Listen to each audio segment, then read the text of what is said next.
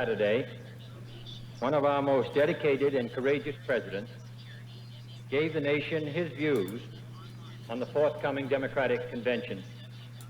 Inasmuch as Mr. Truman's remarks were directed at me, I am taking this opportunity to respond to his statement. First, Mr. Truman suggested that I step aside as a candidate in 1960. In response, let me say, I do not intend to step aside at anyone's request. I was the only candidate to risk my chances in all the primaries, the only one to visit every state. I have encountered and survived every kind of hazard and opposition, and I do not intend to withdraw my name now on the eve of the convention. Secondly, Mr. Truman asserted that the convention would be controlled or prearranged. In response, let me say, to the extent that I have anything to do with it, it will be an open convention.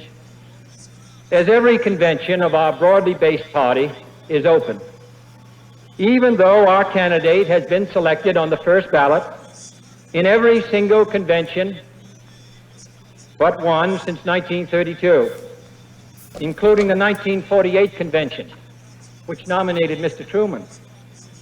To me, an open convention means one reflecting the free will of delegates, freely elected in contested primaries and in state conventions.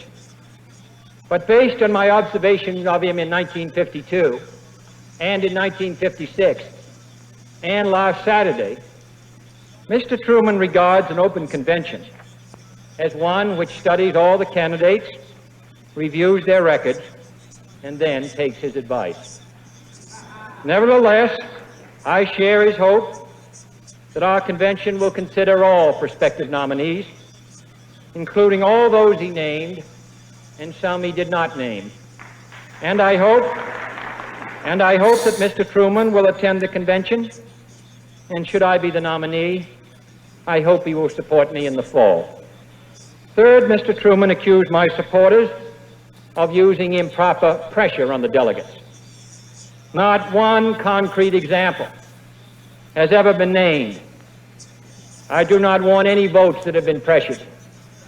And the facts of the matter are that my votes come from the primaries, where I entered all that were open, and from rank and file Democrats who voted for me in state conventions. The prospective candidates Mr. Truman named could have entered those primaries. Some of them were traveling widely all year and supporting my primary opponent, but not one of them entered a primary on his own. The other candidates also had the same opportunity as I to present their record and views to the individual delegates and state conventions. Many of them have already been properly sized up, to use Mr. Truman's words, and they have their own backers who are not, I am told, without influence and the opportunity to pressure delegates. Fourth and finally, the heart of Mr. Truman's objection, it seems, is his question as to whether I am ready for the country, or the country is ready for me, in terms of maturity and experience. Let me say this as objectively as I can. I did not undertake lightly to seek the presidency. It is not a prize or a normal object of ambition. It is the greatest office in the world. And I came to that conclusion that I could best serve the United States in that office after 18 years in the service of this country, first as a naval officer in World War II, and for the past 14 years as a member of the Congress.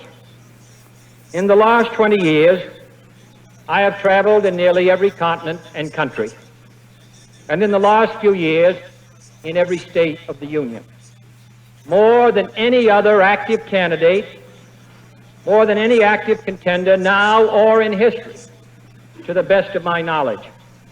My writings, addresses, and activities in foreign and domestic affairs speak for themselves.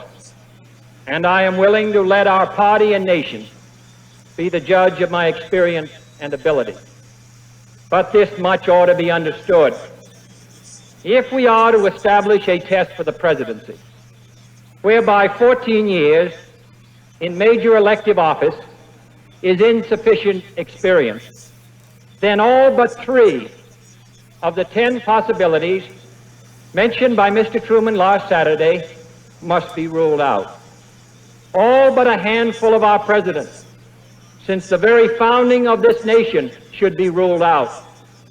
And every president elevated to that office in the 20th century should have been ruled out, including the 3 great Democratic presidents, Woodrow Wilson, Franklin Roosevelt, and Harry Truman himself.